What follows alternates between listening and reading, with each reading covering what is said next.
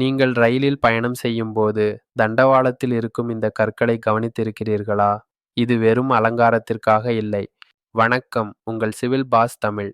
Ballast எனப்படும் இந்த கூர்மையான கற்களுக்கு 3 முக்கிய வேலைகள் உள்ளன. முதல் வேலை கிரீப். இந்த கற்கள் தண்டவாளத்தின் கீழ் உள்ள கான்கிரீட் அல்லது மரக்கட்டைகளை ஸ்லீப்பர்ஸ் இறுக்கமாக பிடித்துக் கொள்கின்றன.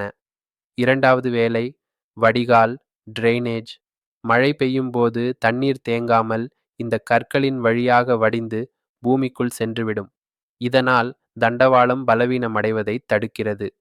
மூன்றாவது மற்றும் மிக முக்கியமான வேலை அதிர்வு தாங்கி ஷாக் அப்சார்பர். பல 100 டன் எடை கொண்ட ரயில் அதிவேகமாக செல்லும் போது ஏற்படும் அதிர்வுகளை இந்த கற்கள் தாங்கிக் கொண்டு பூமிக்கு கடத்துகின்றன.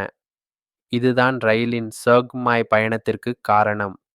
இந்த தகவல் பிடித்திருந்தால் வீடியோவை லைக் செய்து சிவில் பாஸ் தமிழுக்கு சப்ஸ்கிரைப் செய்யுங்கள்.